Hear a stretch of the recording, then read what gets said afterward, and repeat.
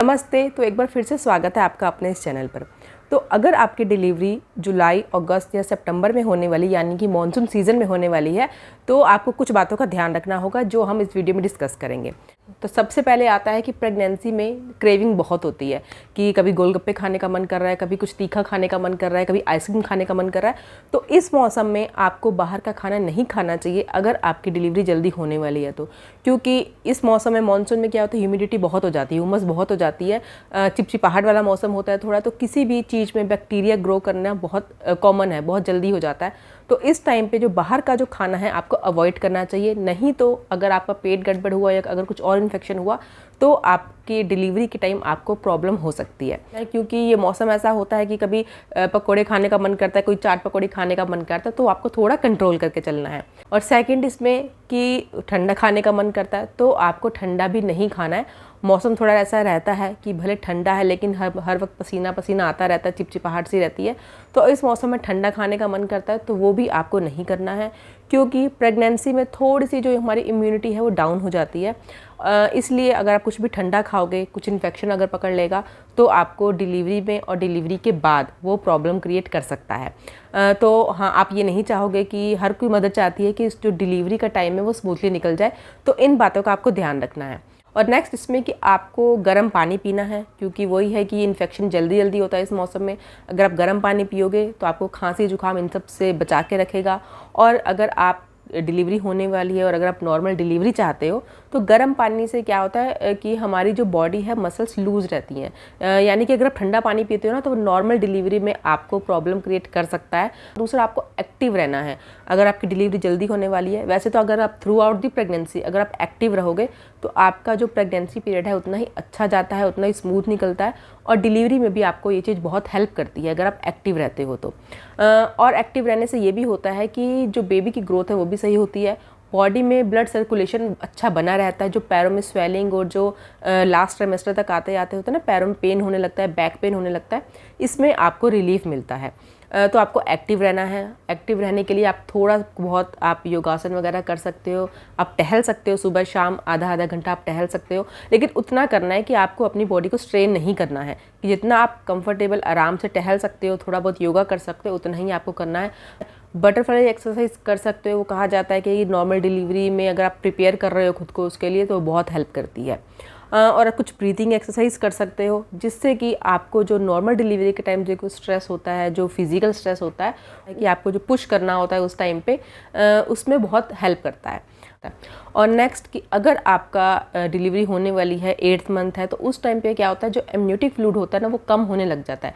8 month start होते ही होता है कि एमनियोटिक फ्लूइड एकदम से नीचे गिरने लगता है। इस टाइम पे आपको अपना जो लिक्विड इनटेक है, आपको पानी बहुत अच्छे से पीना है, लेकिन ठंडे पानी सिस्टम आपको दूर रहना है। आप जो सीजनल फ्रूट आते हैं वो खा सकते हो, जूस पी सकते हो, नारियल पानी पी सकते हो, कि आपका जो एमनियोटिक फ्लूइड है वो सही बना रहे, क्योंकि बहुत बार चांसेस होते हैं कि एमनियोटिक फ्लूइड कम होने की वजह से नॉर्मल की बजाय सिजेरियन ऑप्ट करना पड़ता है। और सेकंड कि इसमें आपको अच्छी डाइट लेनी है। अगर आपकी डिलीवरी होने वाली है तो खुद को मेंटली और फिजिकली उस चीज़ के लिए आपको प्रिपेयर करना स्टार्ट करना है इस टाइम पे। तो आपको अच्छा खाना खाना है, घर का खाना खाना है, वैरायटी ऑफ फूड्स आप खा सकते हो, तो जो भी क्रेविंग होती है आप वो सब खाओ, लेकिन लिमिटेड क्वांटिटी में खाओ, देखते ही उन चीज़ों को खाओ कि क्या प्रॉब्लम क्रिएट कर सकता है या क्या मेरे लिए ठीक है। और सबसे ज़रूरी कि आपको बिल्कुल स्ट्रेस नहीं लेना है, क्योंकि जैसे डिलीवरी का टाइम पास आने लगता है ना तो एंजाइटी और डर बहुत होने लगता है मन में कि कैसे होगा या क्या होगा, कि नॉर्मल होगा या सिजेरियन होगा। और सुन के आप बहुत डर जाता है कि नॉर्मल में बहुत पेन होता है या सिजेरियन अगर हो गया तो यही प्रॉब्लम्स आती हैं। तो आपको किसी भी चीज़ का स्ट्रेस नहीं लेना है, आपको खुश रहना है। अगर आप खुश रहोगे तो अंदर बेबी भी खुश रहेगा और ये आपका जो डिलीवरी टाइम है वो उतना ही अच्छे से निकल जाएगा। तो आपको खुश रहना है, जो भी होगा उस टाइम पे वो देखा जाएगा कि नॉर्मल होगा चाहे सिजेरियन होगा। जो मेन बात होती है ये होती है कि मदर और जो बेबी है वो दोनों हेल्दी होना चाहिए। और अगर आपकी डिलीवरी हो जाए तो उसके बाद भी आपको कुछ चीज़ों का ध्यान रखना है, क्योंकि वही कि मौसम ऐसा मानसून वाला चल रहा है, ह्यूमिडिटी बहुत है, तो उस टाइम पे बच्चे की भी केयर करनी है और अपनी भी केयर करनी है। तो उस टाइम पे अगर आपकी सिजेरियन होती है तो आपके टांकों को आपको अच्छे से साफ़ करना है, क्योंकि इस मौसम में पसीना बहुत आता है तो कोई भी जो इन्फेक्शन है वो जल्दी ग्रो करता है। तो आपको अपने टांकों को अच्छे से साफ़ करना है, अपने हाइजीन पे ध्यान रखना है, क्योंकि डिलीवरी के बाद होता है कि मौसम थोड़ा ठंडा होता है फिर एकदम से गर्म हो जाता है, तो वो एकदम से टेम्परेचर चेंज होता है, तो उस टाइम पे हमारी बॉडी वीक होती है, इम्यूनिटी डाउन होती है, डाइजेशन थोड़ा वीक होता है। तो हमें खाना भी उस टाइम पे वैसे ही हल्का खाना है और फ्रेश खाना खाना है, रखा हुआ खाना नहीं खाना है, गर्म खाना खाना है, गर्म पानी पीना है। अजवाइन वाला पानी कहा जाता है कि पीना है। ये मैंने भी अपनी दोनों डिलीवरी के बाद पिया है अजवाइन वाला पानी, कि आप एक बार सुबह उठ के बॉईल करके रख लो और थ्रू आउट द डे आपको वो पानी पीना है, और थोड़ा गुनगुना करके पियोगे तो वो बेस्ट है। उससे क्या होगा कि उस टाइम पे जो हमारी बॉडी में स्वेलिंग होती है, जो पेन होता है, जो स्टिफनेस आ जाती है, उसमें बहुत आराम मिलता है। और उसके साथ जो डाइजेशन इशू होता है या गैस, कॉन्स्टिपेशन, ये सब बहुत होता है उस टाइम पे, तो उसमें भी बहुत रिलीफ देता है अजवाइन और जीरा वाला पानी। और साथ ही आपकी जो ब्रेस्ट मिल्क सप्लाई है उसको भी बढ़ाता है। और उसके साथ आपको अपने सर को और हाथ पैरों को कवर करके रखना है। और इस टाइम पे डिलीवरी के बाद मानसून में एसी और कूलर के सामने नहीं बैठना है। चिपचिपा सा मौसम है, स्वेटिंग बहुत होती है, लेकिन एकदम सामने नहीं बैठो। इतना टेम्परेचर हो 26-27 टेम्परेचर आप सेट करके आराम से बैठ सकते हो, ये नहीं कि बहुत ठंडा करके बैठना है। और दूसरा ये कि डिलीवरी के बाद आपको अपनी डाइट का बहुत ध्यान रखना है। उस टाइम पे शुरू में है कि आपको कुछ गैस वाली और ये सब चीज़ें नहीं खानी है, ज़्यादा और तला हुआ या मसालेदार चीज़ें नहीं खानी है। आपको हल्का खाना खाना है और सीजनल फ्रूट आप खा सकते हो, फ्रेश जूस आप पी सकते हो, पैकेट वाले जूस आपको नहीं पीने हैं।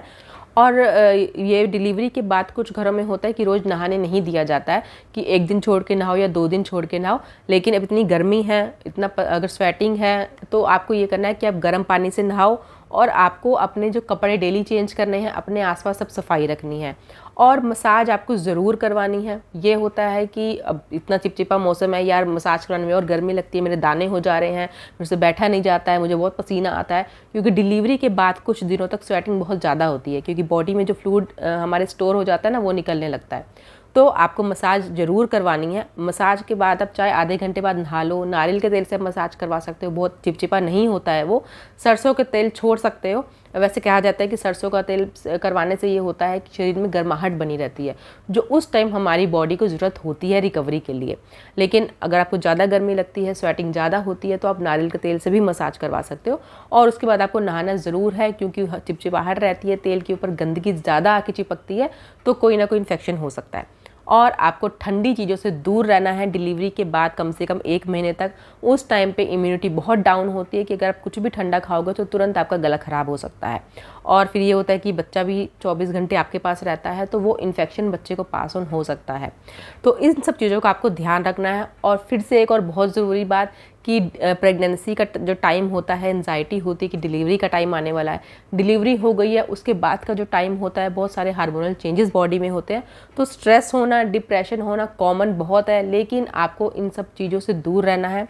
उस टाइम पे जो भी चीज़ें चल रही है ना, आप बस उस टाइम पे सिर्फ आपको खुद पे ध्यान देना है और अपने बेबी पे ध्यान देना है। बाकी और सब चीज़ों को आपको एक साइड कर देना है। आपको स्ट्रेस बिल्कुल भी नहीं लेना है, खुश रहना है और अपने बच्चे को भी खुश रखना है।